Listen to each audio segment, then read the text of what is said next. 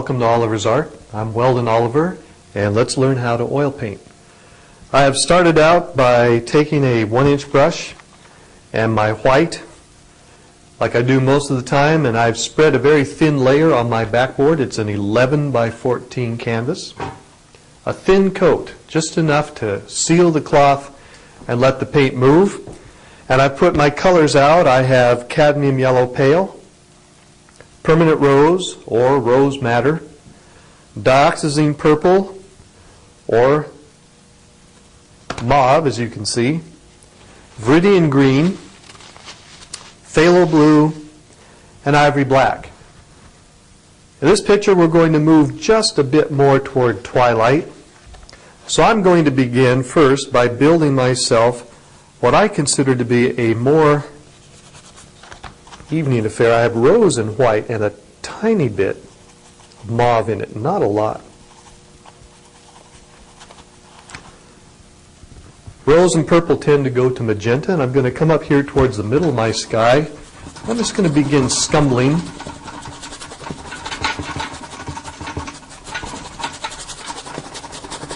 Going to go ahead, take it all the way to the bottom. Kind of a rough scrub and then a gentle smoothing motion.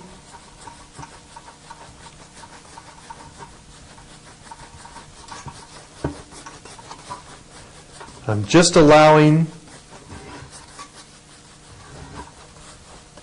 the color to work its way down. I'm setting the mood for the picture. We have an evening. It's declining now. Going to get a little white and a little mauve. And I'm going to begin building that up toward the middle a little bit. Bring it down not too far. Again, a scumbling, a scrubbing motion. Really gives these brushes a workout.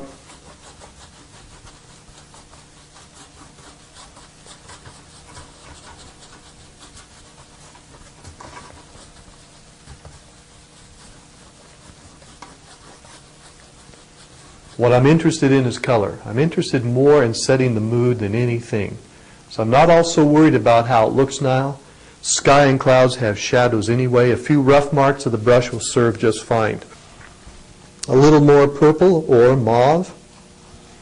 I would like to bring my sky with a little greater shadow as I move toward the top.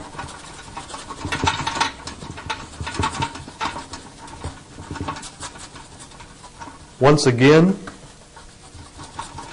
I don't have a Thader curtain hanging across there. If anything, it's more like a torn curtain. Colors are a little rough. I know I'm going to need some shadow where I'm going. There will be a little bit of an ocean set down here, so I'm just going to go ahead. While I have the mauve in the brush, I'm just going to pull some of that. Pull it sideways. Sure I get my edge. Again, we're more mapping than anything. Water lays down. Water goes horizontal. That's all you have to remember. It's a lot the same color as the sky. And you can begin to imagine now you see the sky come down, the sea is going to be there. We're going to bring a little forest scene in the back. My next step, I'm going to get just a little white and a little bit of my beautiful phthalo blue, a little magenta into it. Phthalo blue is very strong, but I will see a little bit of my blue sky affair. Go ahead and just kind of roll it up in here. Let it go to the top. Although the sky will be dark at the top, there does need to be a sense of shadow in it. I'm just going to go ahead and just blend the edges out a little bit with the X stroke.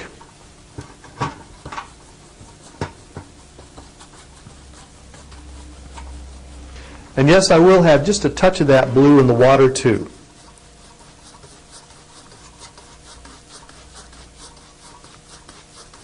So I'm allowing the colors to build a little bit. Looking pretty nice. Before I leave this area, I think I shall get a little bit of mauve and a little blue together.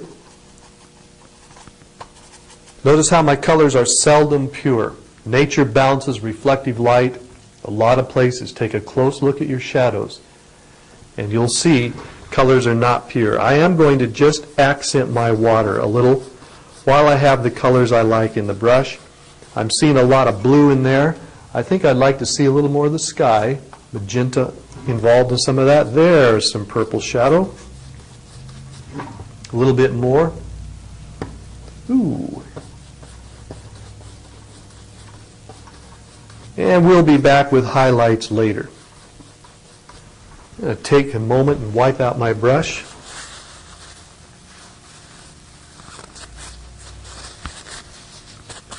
I'm just going to mist my horizon a little bit here. I'm going to break up the line. I know it's kind of dark. I just want it to go away. I'm going to take a break and we'll be right back.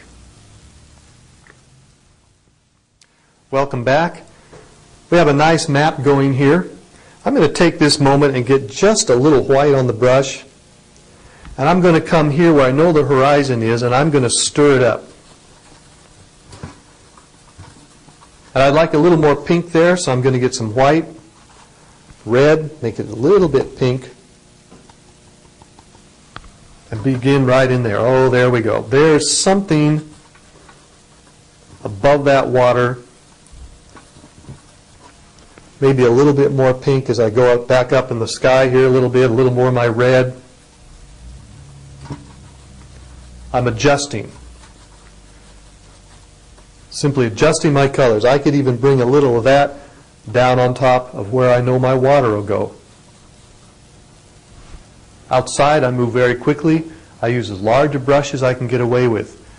Now, I need to come up here in the sky. I'm going to take my fan brush. And I'm going to begin working a little bit of my clouds in. So here comes some white on the clouds. I need to see how clouds would kind of come in this area. Not clear to the top of the sky, not yet. They just sort of work their way across,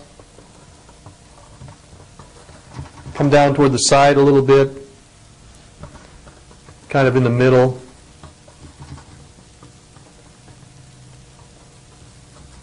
What I notice is the sense that they float.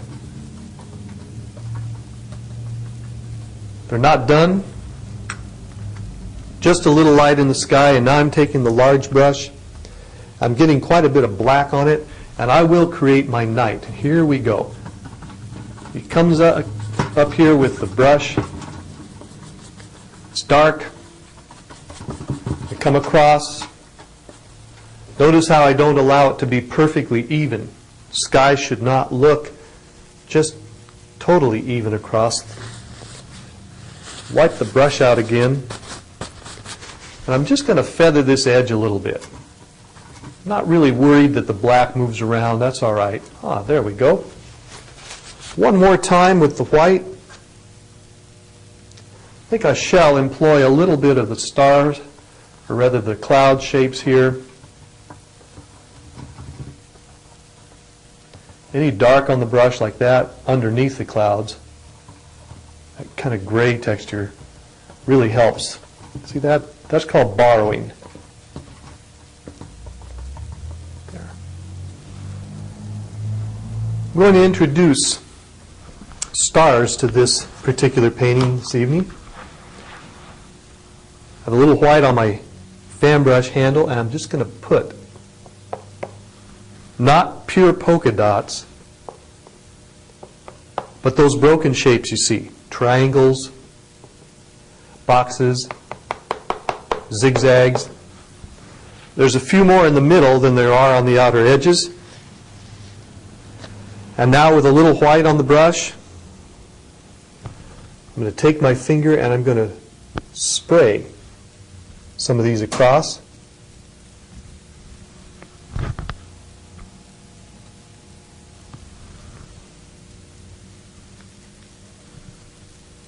All of which creates a sense of nighttime. And what is it really? It's the light of the stars somewhere up there in the dark. I have quite a spot there. that happens. I'm going to show you what to do about that. Wipe the brush out. I'm just going to use what I get. What do I know about night skies? Occasionally I will see cloud suggestions up there also. So anything that got too big, spatter of paint, I just put it out. A few more large stars.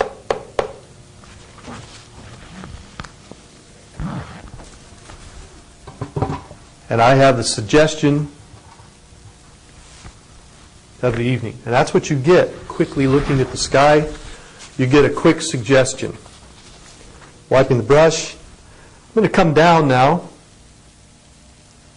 I know that as I head toward the sea horizon, clouds tend to get a little flatter. Things get a little flatter toward the horizon. I'd like to highlight some of these if I could.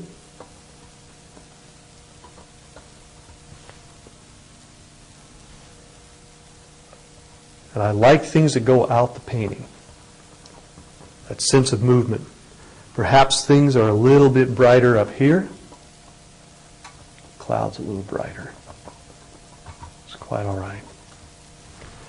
And now, using white on the fan brush, I'm going to create just a layer of mist. This area.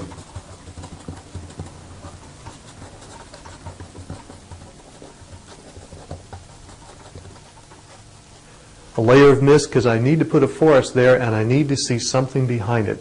I need something that suggests my night. Tap out the bottom edges of clouds a little bit, make them a little smoother. Touch up later. All right. Coming down to my ocean. On the ocean water, I will see white tapped across with the edge of the fan brush. Just a little bit. Back here in the distance, lines are narrower and closer together.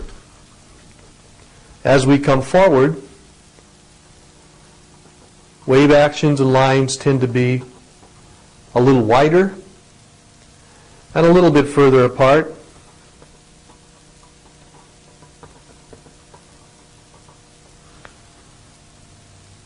I'm just going to work them until they just come right down in front of my foreground.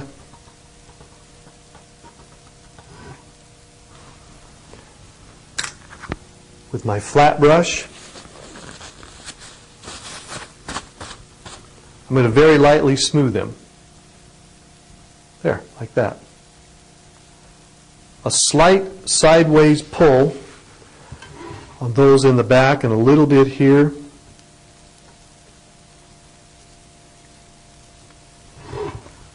And you get this sense of things lying down. I think I could use a little more light there. That's what water is. A water is just a very great amount of breaking up between shadow and light. Have a nice glow on the sea, kind of like that. A few more dots of bright white on the top edges of things. Gives the sense of white caps on the water. That's what you get. It's the very bright ones on the top, shadows underneath. And we'll be right back and finish the painting. Welcome back. Let's finish this painting. Twilight's coming. The light is going away. I'm going to put in the foreground now. What do I see in the foreground, especially at night? I see good darks under things like trees. So I have my fan brush. I'm going to pull down black and a little bit of purple in it. And I'm going to get a fair amount of it.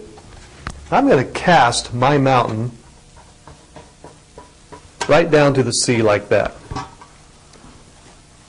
Notice the angle builds a little bit, and I'm going to take the brush and I'm going to go ahead and just scumble that in with the fan brush.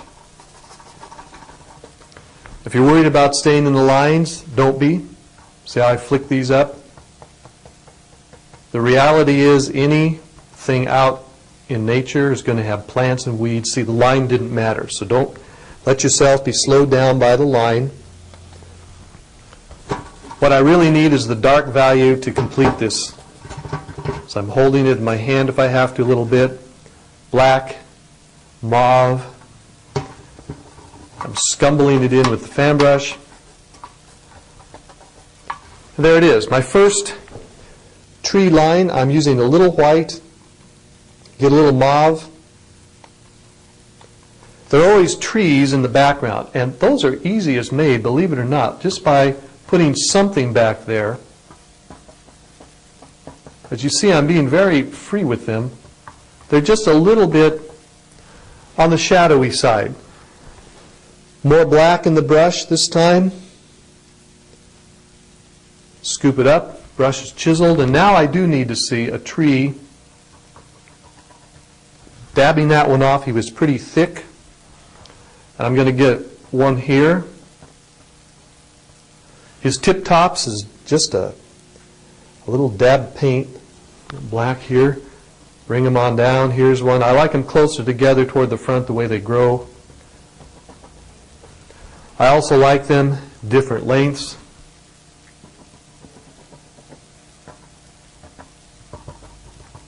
Short, long. That's probably enough of a silhouette. That's what artists call verticals. And notice how that helps you see the picture. Suddenly the sky and everything has gone back. You need good values in the front. Flat black alone will not do it. Get a little blue or purple in your black. It may look okay when it's wet, but when it dries it will seem flat if you only use black by itself. More paint in the brush. Brush is flat. And here come those beautiful northwest trees again. They're wind-blown, which means they're irregular. Some of them branch way out, some have holes in them. Drive down the road and have a look at how nature handles its trees. And you will see, when people have trouble making trees in my class, the problem is they make them too regular. I have to have people loosen up and leave the branches broken.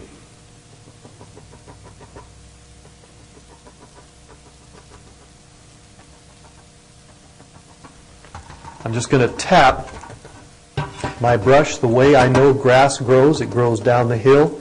See the angle of the brush? In this case, it's about 1 o'clock, 7 o'clock.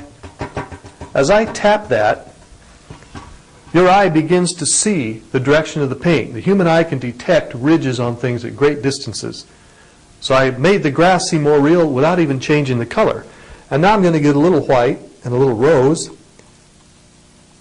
and see if I can't come up with a little bit of a skylight that I might see on the ground in that day. I'm going to hold this up a little bit so I can control it better.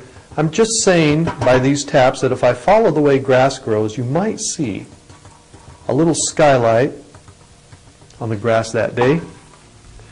And while I'm here, a little white, pink, how about on the branches? There might be a little sky color.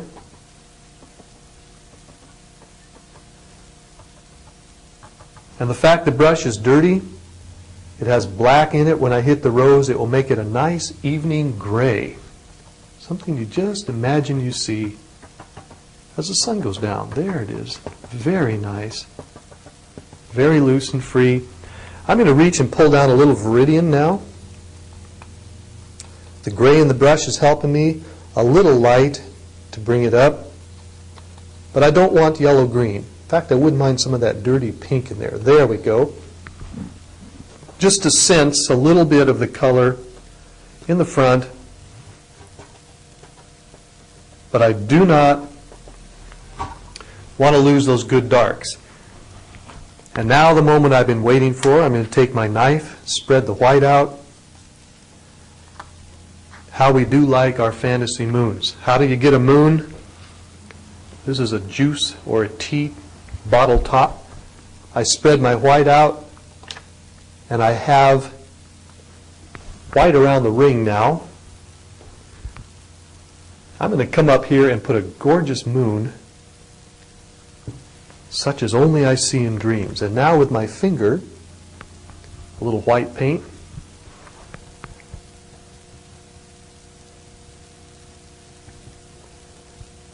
I see the colors of the light changing in the moon. sometimes dark, sometimes light. And if you ever step outside, most of the time, the moon is not just one color. Most of the time, it's not a perfect circle either. That's rather pretty. I'm going to wipe my finger off. I'm going to wipe my brush off. I'm going to take a little bit of white on the edge here, and I'm going to say, I love a smudgy cloud. Oh, yeah. A little more white. Here we go. Ooh, what is it we know about these things? What do we like about our beautiful, dreamy nights? Who would have thought that? Thank you for joining me. I look forward to painting with you. I'm Weldon Oliver at Oliver's Art.